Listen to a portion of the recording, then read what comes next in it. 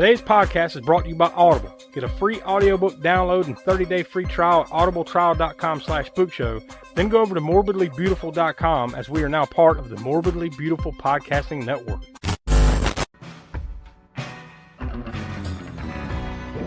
alive! It's alive! It's alive! You're too! You're too! You're too! Everybody here dies by dawn. Dead by dawn! Welcome to the Spook Show. Hello, welcome to the latest All-American Spook Show podcast. I'm Josh. I'm joined here with Tiana. Hey. And the Professor Smoke. What's up? And it's time to do the time warp. All right? I know you're both excited. Tiana definitely is excited. Where are we at with musicals? Like, I was asking Tiana that earlier, and I know for sure that me and Donnie did Cats because you picked it. And you didn't have to watch it because that was crap. No, I did have to watch Cats. I think Donnie did. It's me and you that did Cats. I'm just trying to remember. We did that for Crapster Theater, but I'm just trying to remember if we've done Nightmare Before Christmas. Right. Yeah, that's a musical. Yeah. So. There's that. So, that's pretty much it, right? Unless I'm just forgetting something. Yeah, so, as I remember us having a conversation about musicals. We have on one of the episodes we did because I know Donnie doesn't. I'm probably in the same boat with Donnie as far as not being a big fan of musicals. Yeah, in general. and there's a handful. There's a handful I like enough, but I'm not a musical guy. I'm not like I can't wait to watch The Sound of Music tonight. Kind of, It's just that thing of just all of a sudden you have a scene going on and then they bust out in this song and dance, and it's just I think for me, I know a lot of people love it, but for me it just kind of takes me out of any sort of cinematic thing that was going on. I think some do it better than others, so we'll debate whether this is one of those ones that do it right. We'll see. Also, you don't want to forget this Wednesday, September 24th at 9 p.m. on our YouTube channel, we're gonna be doing the live Spook Show Awards, the 2025 Spook Show Awards. Now, the whole point of the Spook Show Awards is I think we have about 19, 20 categories, and we go through the best, worst, and everything in between of the last year of the podcast, and also the stuff we do over on YouTube, Grindhouse, Gutter, Video Vortex, Hammer, Horror, and Order. So yeah, you want to make sure to come for that, because I think we got some interesting categories this year. Like, we always hand out the Scream Queen, the Scream King. Like I said, we do the best movie, the worst movie. We also talk about the best newer horror, older horror that we've watched. And a new category this year that might be a little debate between us all is going to be the best new release that we have watched here on the show. I think by my count, we've watched 5 or 6 movies right after they came out. So we're going to add that as a category, see which one of those we like the best. And this is going to include Terrifier 3, 28 years later, some movies like that we've watched in the last year. So there's going to be some hot debate here, right, Smoke? Oh, yeah. And of course, it's always a debate with yourself, with whatever the best Grindhouse Gutter is, because we leave that one up to you. Yeah. So, I don't know how many episodes we did. I think it was 12 or 13 that we did in the last year. And by my homework that I did on that, you're going to have a tough time deciding which one, because there's 2 at least, I think, that you really loved. So it'll be fun watching sparks fly as you try to decide which one of these you like more than the other. Which one to hand out the spooky to. So yeah, come back this Wednesday for that, September 24th, over on our YouTube channel. Matter of fact, as we speak, you can go there right now, and there's already a placeholder, and you can hit the little bell or whatever to be notified when we go live. So around 9 p.m. this Wednesday night, September 24th, live for that. So you don't want to miss it. I actually reached out to Adam Portress, our good friend, because I was wanting to see if he wanted to be on this one. He never got back to me. I don't know what's going on with him, but if you're listening to this, Adam, what the fuck? But because I'm pretty sure he is more of a musical guy. That's kind of why I reached out to him to see what he would have said about it. But yeah, Rocky Horror Picture Show.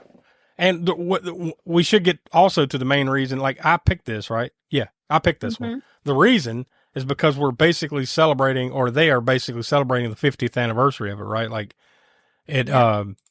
was the release? It released in London in the UK, August 14th, 1975.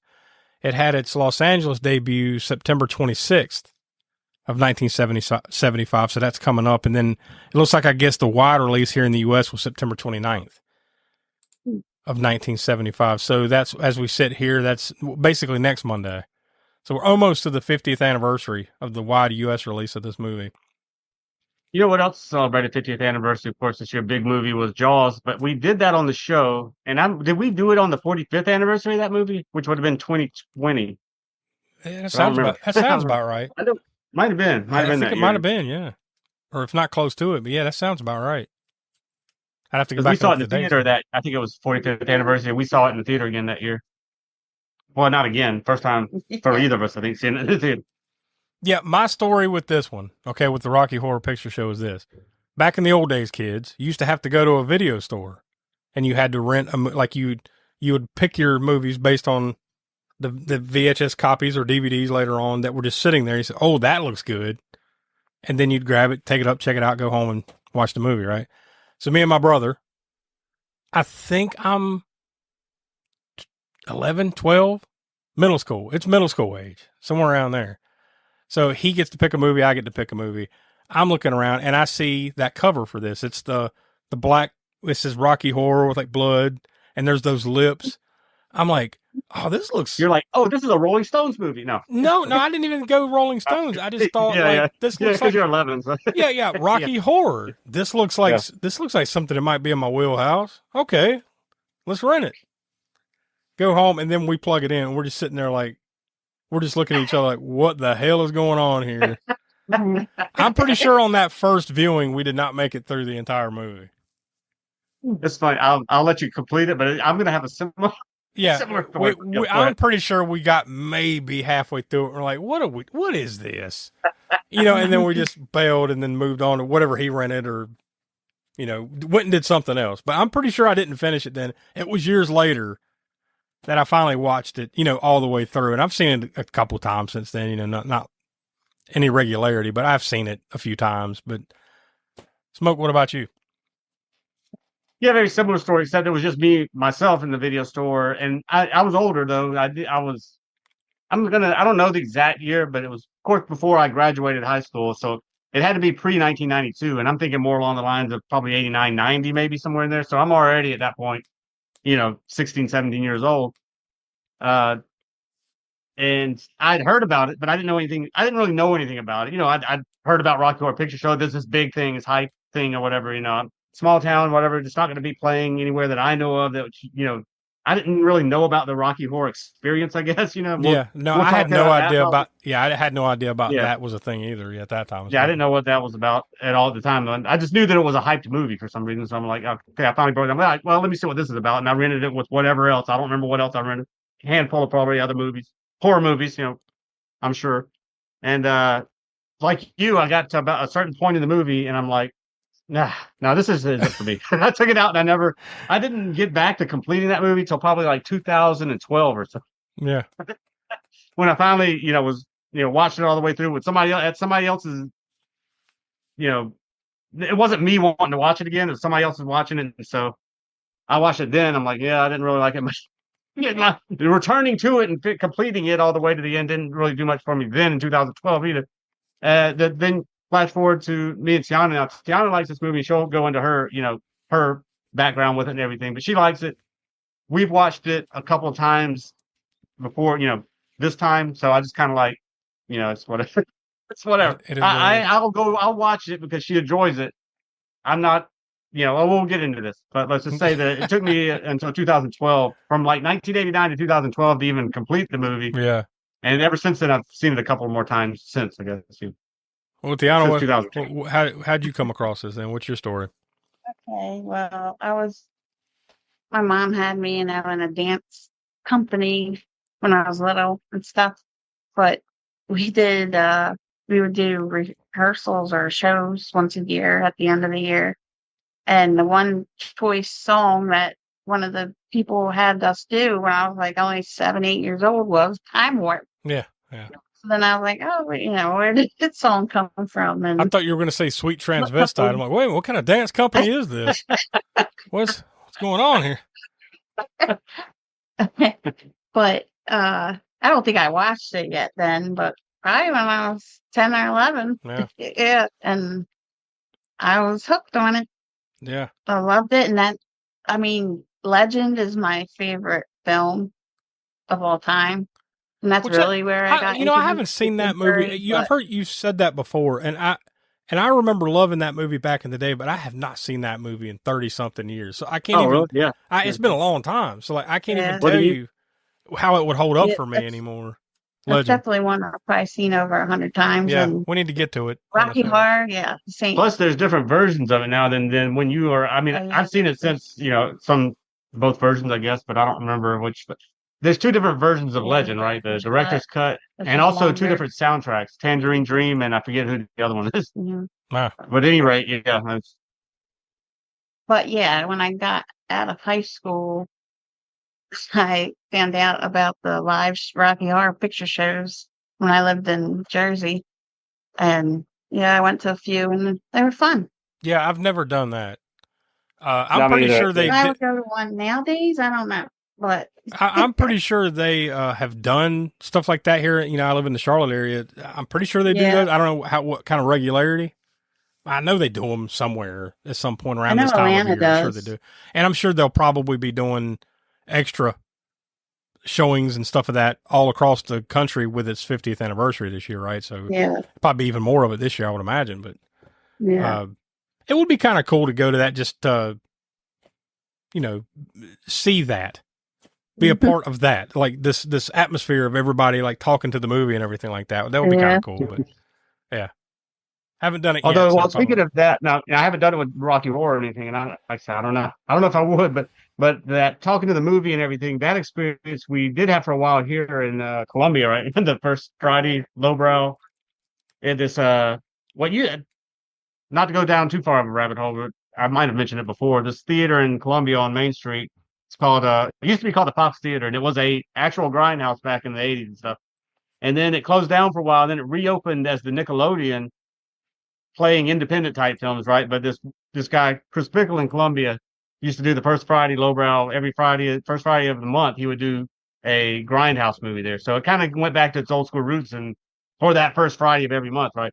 And people would come there knowing that was what it was and would do that talk back. And I mean, you would get people of various degrees of toxicity, from being not intoxicated rather or whatever. Yeah. So some people would, and then there was one time there was a fight because we weren't there for this one, but apparently a fight broke out because this couple came in there not knowing what it was. They just saw, I guess, a movie they wanted to say, oh, look at this is playing. They went here and didn't realize that it was going to be like the experience of people talking back to it. I guess they Oh, got you pissed mean off. And to this movie, to Rocky Horror? no, not Another. the Okay. Rocky Horror, but Okay. just that experience you mentioned about like audience participation Yeah, and yeah. interaction, talking back to the screen would happen during the first Friday lowbrow thing. And I don't know what the movie was, but whatever it was, a fight broke out. So yeah, there used to be that going on in Columbia, and Chris moved on to doing his own movies, I guess, and whatnot. But I mean, you did have that for a while, but I don't know about Rocky Horror.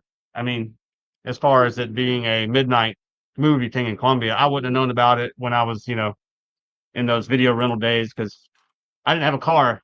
So I mean, I was able to drive when I was, 12, 13 years old when that would have been still going on as a main thing Yeah. at midnight movies. That is something to talk about too with this one, the midnight movie thing. Like, what exactly is that? How would you define that? Plays at midnight. Yeah, you could go Simple back as to now.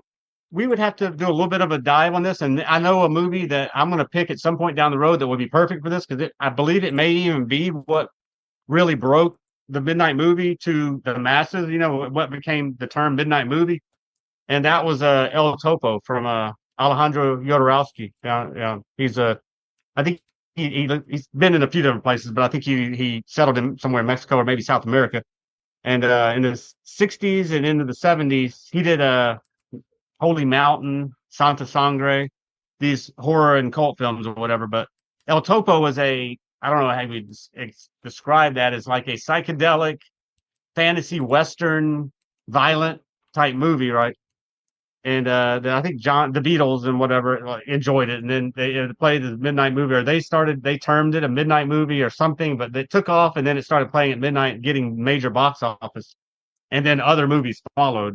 This would have been, I think El Topo was, I forget what year it was, but it was before Rocky Horror.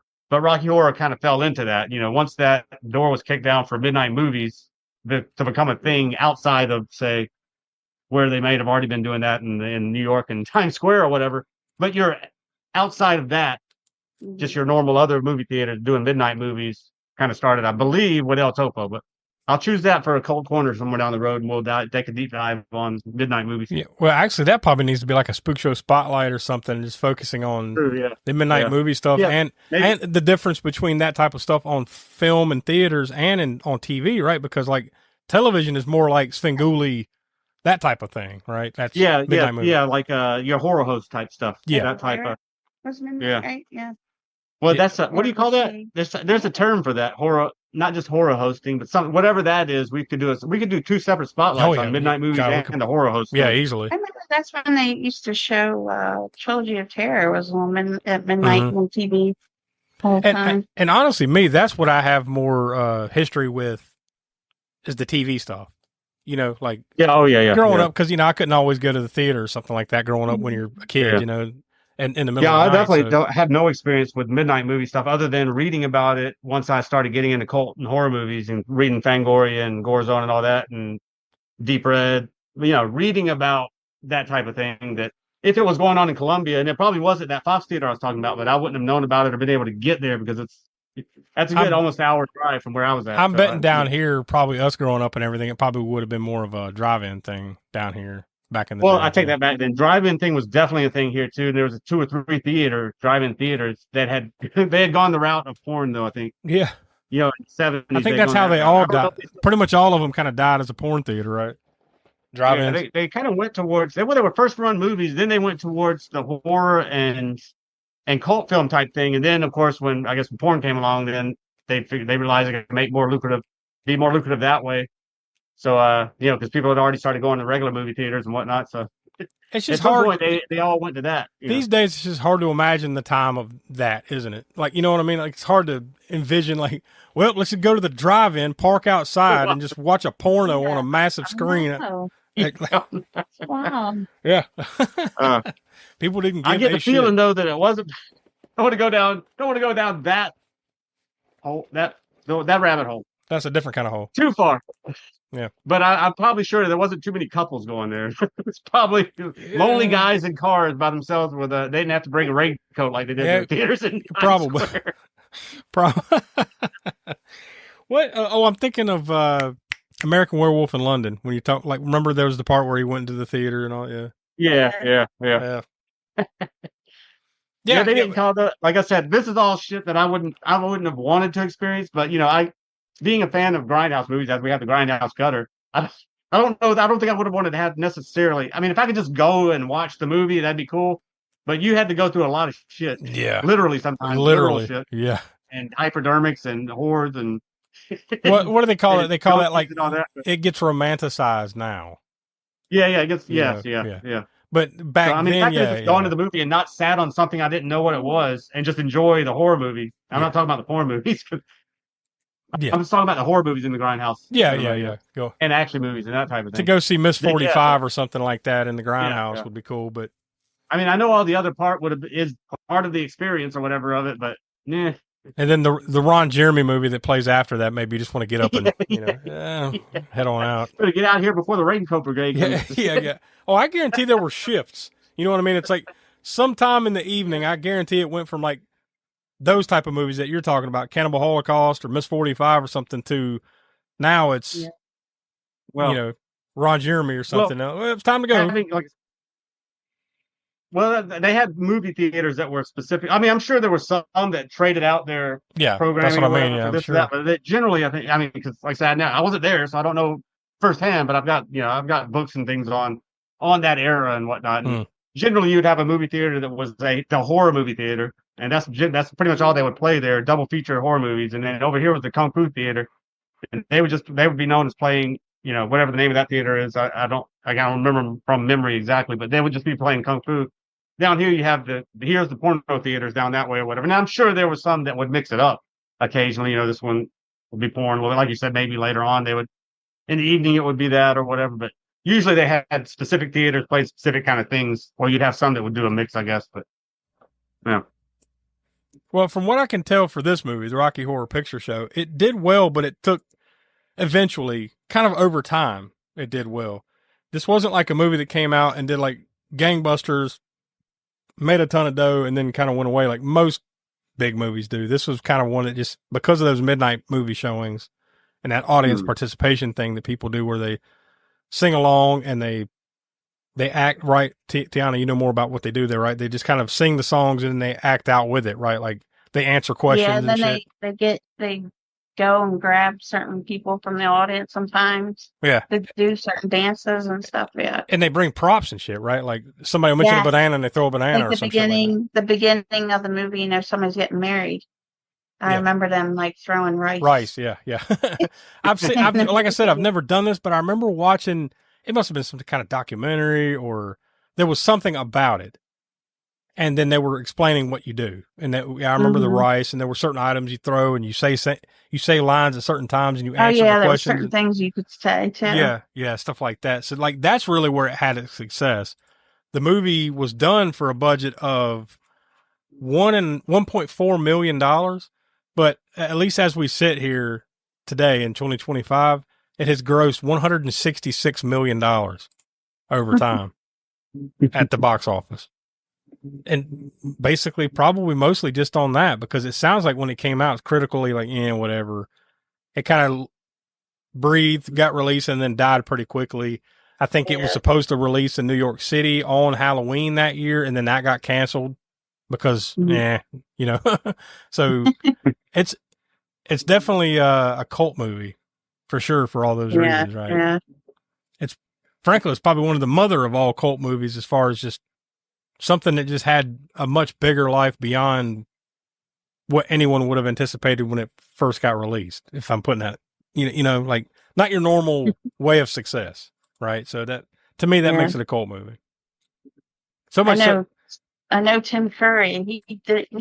He did not want his parents knowing he did this film or was dressed like that or nothing.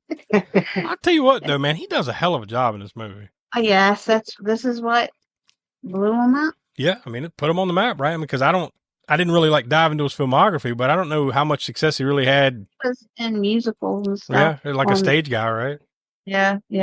Which I think a lot of them were. Like Richard O'Brien is the guy that wrote it, the dude that plays Riff Raff in the movie and sings a lot of the songs and stuff like that. So like, I think it was a play before it was a movie too. Right? Yeah, very briefly. And by briefly, I mean like just a couple of years. Like I think the stage play started as the Rocky Horror Show in 1973, and it had a book and some other stuff that then it became this movie 2 years later.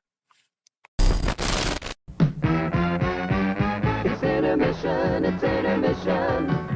It's intermission, it's intermission. Ice cream, candy, lemonade too. And there's a hot dog waiting for you. The popcorn's popping and it's ready to go. You know all the great food is stealing the show. Get up out your seat and get yourself a tasty treat down at the snack bar.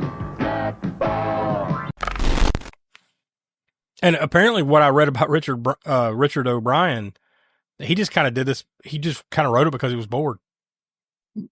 Like he's just kind of pounding away and like, hey, this sounds pretty cool. And then one thing leads to another. And then he just, boom, there you go.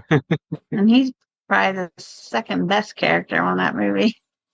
Besides Frankfurter. Yeah, I mean, once again, I think everybody... They're all good, but... Yeah, I think they all do it, like, even, like, it's random. I think one of the most random things about this movie to me is that you've got Meatloaf in it, and he's barely in it. Like, that's my favorite character is Meatloaf. But it's funny, because, I only say that because, like, he's the one guy that's, like, an actual chart-topping, quote-unquote, musician, singer in this movie, and he's just barely, he's, like, he got the one song, right, and then out the door. Yeah. Literally. And before we go any further down the plot and everything, just since we're still talking about the midnight movie thing, kind of, I wanted to go and double check, so I'm not talking out my ass. I needed to fact check myself to make sure I wasn't talking out my ass. But here's the Google AI overview. It's funny because it mentions Rocky Horror as well as El Topo as well.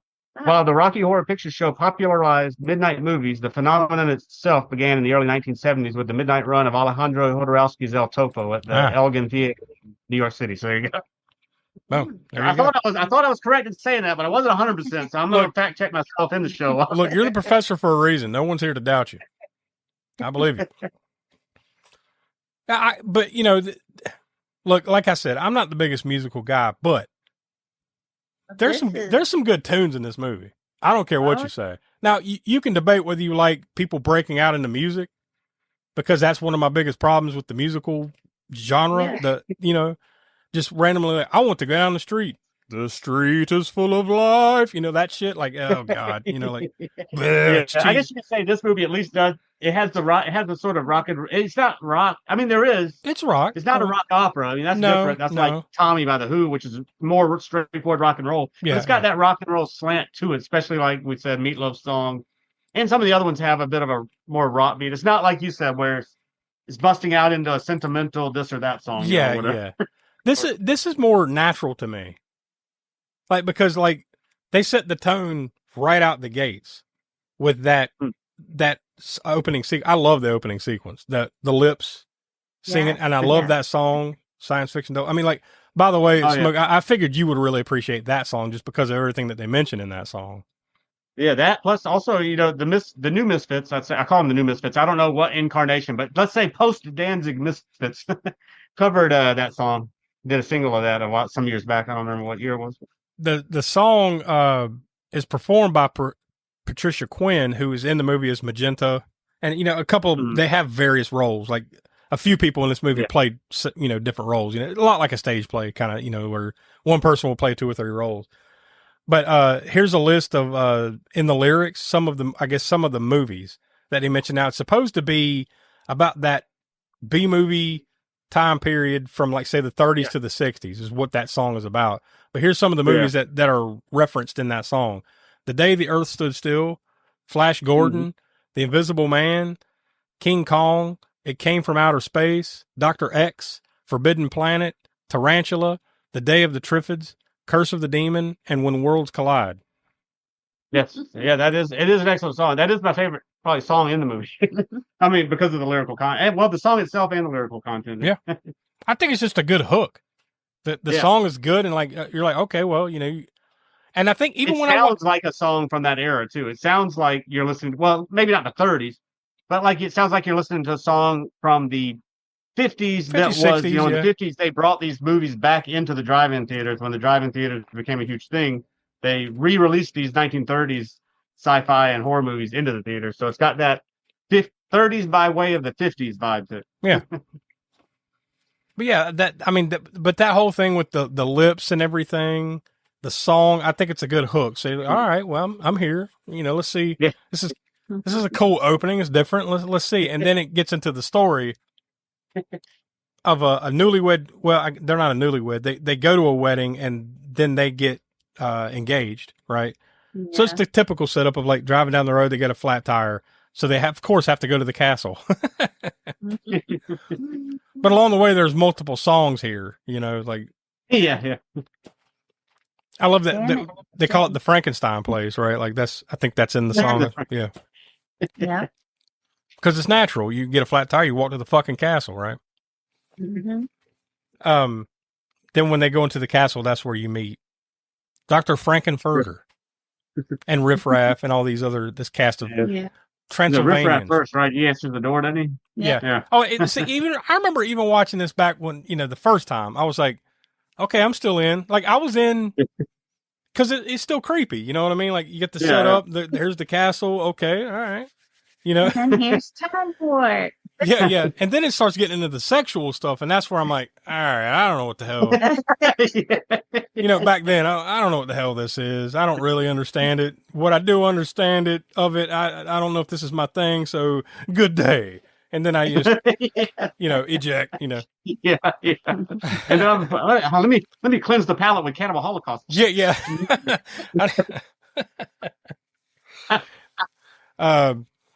Yeah, I need to watch Gremlins or some shit right now. Like right now. But yeah, like look, it's all part of that 70s glam rock thing, right? Like that was really what they're leaning into and going, that's what's going on here. Like they're just leaning into that sexual freedom, everything that was part of the, I guess post-sexual revolution. I'm sure there's whole documentaries and books and shit written and done on this time period. And that's what was going on. It's just, fuck it. if that looks good to me, I'm doing it. Fuck it. No protection. That's just that time period, right? Like that's just what everybody was living through right before the AIDS epidemic and everything of the early 80s. This is the kind of shit that happened that brought that on, I guess, right? This shit of the 70s that brought that on, unfortunately. I was listening to somebody. They were talking capsule. about the look of movies in the 70s, and they didn't like it. They kind of hated the look of the 70s because it's like, you get the feeling that everybody in front of the camera is high, everybody behind the camera is high. They don't know how to light. They don't know how to set this up or that up. Yeah. Everything's just haphazard chaos because they were all on coke and other things. Yeah. Boy, I can imagine what was going on this set. Holy shit. But basically the whole eventual premise of this is like they go into this castle and Tim Curry is playing Frankenfurter, who is it turns out they're all aliens, right? They're from a planet called, I guess it's Transylvania, right? If that's the name of the planet, or they're Transylvanians. Weirdness, right? Just go with it here. And then I guess he kind of fell in love with being here. Is that the ultimate point of like, he actually enjoyed it and they're like, no, you need to stay on the mission. Yeah. We're here for a reason. And it's time to get the fuck out of here kind of thing. But like, he wanted to stay here. Yeah. And then it ends poorly for him. But he wanted to create, I guess, his own human. Yeah. Even though he's not really human. Rocky. He makes his own. The namesake of the movie, I guess. Now, and I saw you see where they credit him as Rocky Horror at the end. They just call him Rocky. Yeah. But at the end, he's credited as Rocky Horror. And Meatloaf's character was like the first one, this first attempt or something, right? Or what? He was a runaway or some shit like that. I forget what. Well, he was the nephew of that guy in the wheelchair, Dr. Scott, right? Yeah, he was like the delinquent, the juvenile delinquent runaway nephew of Everett Scott. But did he do something to him though? I don't know. Well, he did something because stuck him in the freezer. I guess they thought he was dead. Oh, he wasn't dead? But he wasn't dead? No. He came back at the end. That's right. That's right. He came out of That's when he sang the song. Busted out of the freezer. No, I just mean, but then he killed him. A cut right here on his forehead. Well, they did. I guess Frankenfurter thought he was dead. I'm guessing Columbia had no idea that he was in there until he busted out. Yeah. And she's like, hey. Yeah. Yeah, but then he kills him again. Yeah. Because he don't remember that was that scene. Oh, go ahead. Sorry. Well, he likes all the attention on himself, Frankenfurter. So, and Eddie was getting attention. Columbia started falling in love with him, and that pissed him off. So, yeah, that's why he killed him. So, as I say, that's about that scene will maybe will play into the gore score at the end because there's really there's very mild gore. I mean, there's some scenes of it. That scene probably got the most blood. And then there's another scene that we get to with having to do with Eddie a little bit later on after that. The post Eddie dinner sequence. Yeah. Yeah, I mean, I think ultimately that's what the movie's about, and it's about the friends you made along the way, right? and that well, I mean, without getting too far into the weeds with the we'll just leave it at that. Well, I mean, I think it's just the subject matter of the times. I think to me, I look at it as like a time capsule type of thing. Like this is that this wasn't mainstream. I think it was just kind of that underground kind of glam rock type of lifestyle, free love, free sex type of thing that was going on here. So I think he took that basic concept of the old B movies and applied it to what was going on at that time, right? That scene, right? Yeah. I mean, there's more, there's analysis that you could go down with this, but we won't, I don't think we should go down that in this particular podcast. Yeah. It will anger some fans probably if I get a certain round of. I mean, I think though, like I said, as much as I'm not much of a musical guy, this one is well done enough for me to have a good time with it. Now, like not maybe when I was 11 or 12 or 13 or whatever the hell and watched it back then, but now I can sit down and appreciate it for what it is, Mhm. Not something I'm going to watch all the time. I've watched it a few times, and I'm sure I'll see it a time or two more. And look, this is one that I think they still have stage play versions of it, right? Like I think they still do it, like in lots of cities around the world. I'm pretty sure Atlanta does. Yeah, there have been different versions of it. I believe there was like a made-for-TV version or something, and Oh yeah, with Adam It was a Lambert. 2016 version or something Yeah, like yeah. that Yeah. on Fox So, or something. yeah. I think it's just one of those ones that's kind of a cult favorite that will live on in infamy. Mhm. You know, love it or hate it. It's just one of those kind of things, you know. I thought it was a cool thing to bring up for the 50th anniversary of it. And like, we don't do a lot of this type of thing here on the show. So I thought it would be something different for sure. And boy, this is Yeah. different. A lot of people like to watch this for Halloween time too. Yeah. Around September, October. Yeah, absolutely. This is a big one this time of year. I mean, like I said, this is almost exactly when it came out. So, you know, perfect timing, I think. I guess we can start with our final thoughts and ratings and stuff like that. So since I brought it to the table, I'll go first. Really, it's what I've been saying. There's some good tunes in here. That's kind of what I lean on. Like there are some good songs in this thing. Way more that I would actually just put on. You know, if I had the vinyl, I don't. But if I had the vinyl, I would put some of these tunes on and play them. You know, or on Spotify or whatever the hell, whatever your medium is. I would play some of these tunes. Matter of fact, these are on a lot of the songs in this movie are on our 70s Spookshow playlist. Remember we made we made a 70s playlist, an 80s playlist, and a 90s playlist. And that 70 one's full of songs from this. That's on our YouTube one, right? I think. No, well, YouTube actually, channel? yeah, I think both? we did make a, it's been a while since I messed with the one on YouTube, but yeah, it's on Spotify for sure. I think we did make another version of it on YouTube as well, but you know, YouTube sometimes takes stuff. Takes stuff down and all that shit. So the you list might go be, there. There'll be 20 or 30 songs missing from your playlist. Yeah, because YouTube. But like on Spotify, well, Spotify can do that stuff too. If you've ever noticed. Yeah, that's true. Yeah. And when their contract runs out, I got plenty of those too. Especially like I got some 40 and 50 hour long playlists. You go through that thing, there's probably like 40 or 50 songs as well that have been removed since then. So if you go check out our 70s playlist, you'll hear a lot of these tunes. So I mean, I think there's some good tunes. Tim Curry is just acting his ass off in this thing. I mean, I think everybody is to a degree. Like we haven't even talked about like Barry Bostwick's in it, Susan Sarandon, like some of their very, very first movies, you know, some of their earliest work. So yeah, I think it's fine for what it is. I'm not a big musical guy, so I think I'm going to lean 2.5 because I think it's a solid flick. And I've seen it a few times, and you know I'll probably watch it again at one point or another. So for me, it's a 2.5. So Tiana, we'll let you go next. What do you say? Oh, well, this is a personal favorite because of me. I guess growing up on it. Yeah. But I guess you guys, you know, not liking it when you were younger or whatever.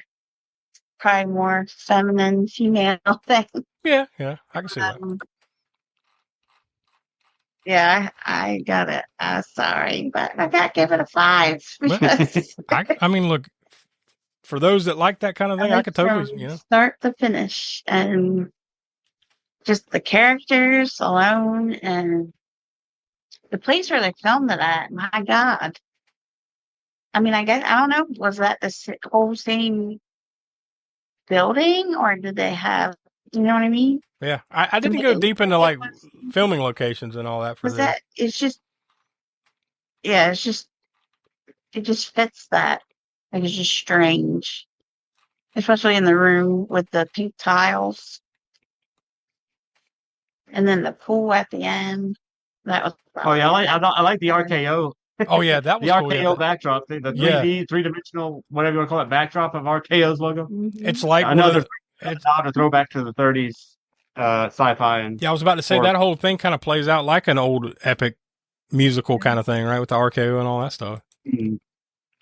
We didn't even mention, by the way, this was directed by Jim Sharman, who was one of the co-writers with Richard Bryan on this. So felt I had to note him because I think it's put together pretty well. So, all right, Smoke, that leads us up to you. What do you say? Yeah, well, Yeah, I think she had to give it such a high rating to offset my offset my rating too.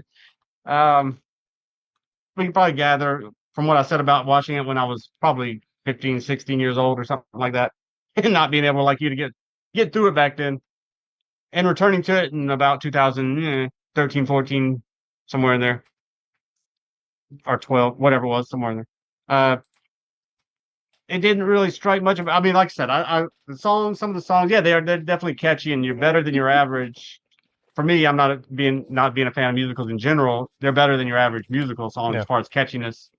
You know, especially that one. I do love that the opening one, the sci-fi double feature song. Mm-hmm. And like I said, that song, the cover of that song is in my Halloween playlist, the one but the Misfits cover of it. And it had this about like Eddie. I love that character. Riff Raff's cool character. Uh, Eddie's song too is a good one.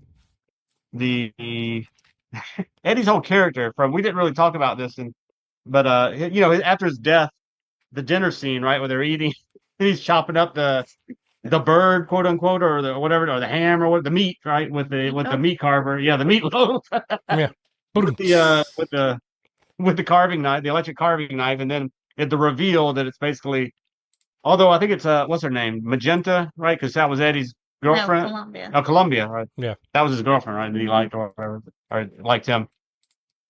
He goes running off into the other room and screams, right? And then there's the big reveal. Like Frankenfurter gets up and pulls the tablecloth off, and then there's Eddie's body, and you can see like his intestines and like the hunk of meat they cut off of him is visible. Again, that's probably the goriest part of the movie, and then the part where he gets killed. So Eddie's scene is from beginning to end. That was a cool scene, and like the reveal and everything and whatnot. And That's then the the ending scene- true horror part of Rocky Horror. Yeah, that is Really? that's the horror part. The gore, very minimal. It's mainly just that scene, his death scene, which was just blood, like when Frankenfurter had killed him in the ice chest thing or whatever. And he comes. What was he holding? A Ice pick. ice pick. He had blood all over the front of him and blood all over his gloves and blood all in the background scene, right? And then just that whole the wrap up of the song that he was singing or whatever. So that was a cool scene too. And then the ending scene is very 30s, 40s, and 50s sci-fi stuff going on in that scene, and Yeah. the whole RKO tie-ins and whatnot. So, but overall, I haven't been a fan of it, even going back to that early days. So, probably give it a, I could rate it lower, but I'm not. I won't. I'll concede a little bit. I'll concede. I'll put this in this. I'm rating this on the character of the professor rather than on the actual person of Brian. So, I'll give it a fair shake of somewhat. I mean, some people will hate me for saying this, but my fair shake for it is a 2. Well, there you go. That's more than fair. You're not that far off from me. I mean, I gave it 2.5. Yeah. Well, like I said, I'd probably rate it lower than that, but I'm going to concede that. It's not terribly made movie or anything, or it's just not my cup of tea, right? You didn't go full. Oh fuck! What was the name of the damn movie you hated? Like really hated? I love La Verona. No, well that too, Well, but yeah. now I mean, there's been a lot you've hated, but the one I'm thinking of is the Purge. The Purge election year. Purge, yeah. The Here's election what you're like. Here's everything that's good with it. Fuck this movie, half a star or whatever. What? What? Yeah. Yeah, well, sometimes not everything's for everybody. Like I said that then, and I'll say that now. Right? Yeah, I did like some of the. I don't know which other Purge. Have we done any Purge movies besides Just that one? that one. Is that one? Okay. Yeah.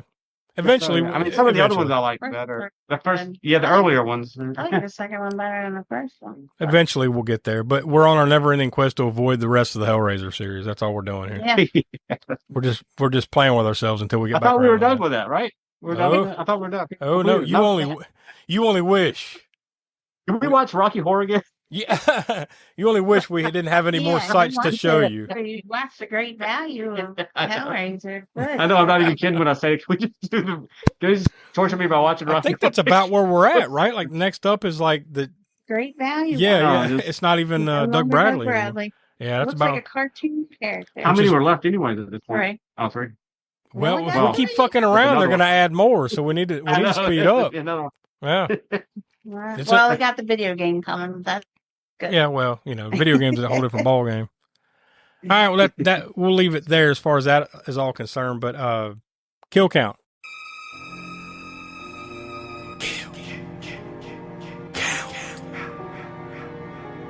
Deanna, what do you get? Is only 4. I mean, there's not very many characters in here anyway, but I think Columbia is the first one, and then Frankenfurter, Rocky. Oh wait, Eddie's the Eddie, first one. yeah, Eddie. I was about to say Eddie, and then Columbia, and then yeah. you have to mention Eddie because the highlight kill. Let's talk about the kill reel. Highlight. Kill. Yeah. That's Oh yeah. that's where I'm going with. I'm going with the whole Yeah. Eddie saga, everything to do with him. That's the highlight kill. Like Smoke said, that's where the gore basically kind of lies in this movie. So that leads us to the gore score. Gore score. Yeah, I think I'll go because that is the only gore, really. I mean, if you think about it, is Eddie's death and the feast sequence of them revealing. I mean, the fact that they're eating cooked meat, once you realize that it's Eddie, I mean, that's kind of like you might get a twinge of like, of whatever, depending on your level of whatever makes you sick or whatever. You might get a twinge of something there, whatever. Yeah, cannibalism might do it. Yeah. Yeah, and then the reveal when he's under the table and you see his insides and the hunk of meat that's missing from his stomach area or whatever. Right? So I mean, yeah, but I mean that's it. It's not like more, and it's not prolonged. It's a very quick reveal. You see it for a few seconds, Eddie's body under the glass, under the table, and then they're off of that. And the same thing with his death. He comes out. You don't really even see the death, I don't think, right? You don't see the actual kill. No. You just see him go in there and come out. At the end of that song, afterwards, aftermath of the blood on him and then the back of the wall back there and everything. Yeah. So really, I mean, I would give that a 4 for that. And if it had been a more prolonged shot or you saw his death or whatnot, I'd go up even more maybe. But I think just because it's only the 2 quick scenes of it, that they warrant a 4, both of those together. Yeah.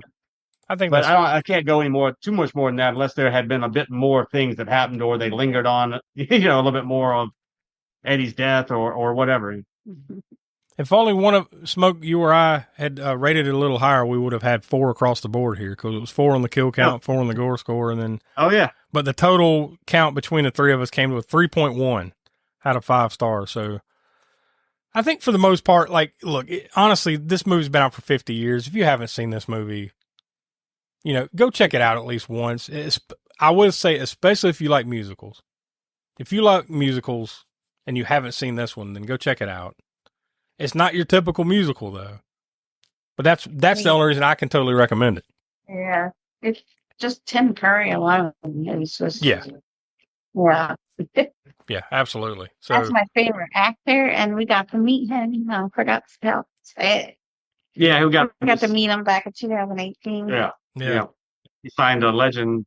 Well, it was already signed. It's already. Oh yeah. Yeah. I mean, he was. This was, after his He had a stroke, so he had pre-signed photos that he had with him, and then but he was there, and we got to see him and everything. He wasn't very much able to talk so very well that time, so we didn't interact with him. He still gets to do interviews and stuff, right? So like, What's that? I said he still gets to do some interviews and stuff like that, right? Yeah, I think he's better. I think he's gotten a little better since that time than we saw him because it wasn't. I don't know how far before pushing that. us out. Well, there was that The too. line Yeah, was they were so trying to long. get people in and out real quick. That sucks. But I know he just did an interview for the 50th just a week ago. Okay. So, and Yeah, there you go. yeah, he talked about how Frankenfurter is probably his most well known character and always will be. I'd say.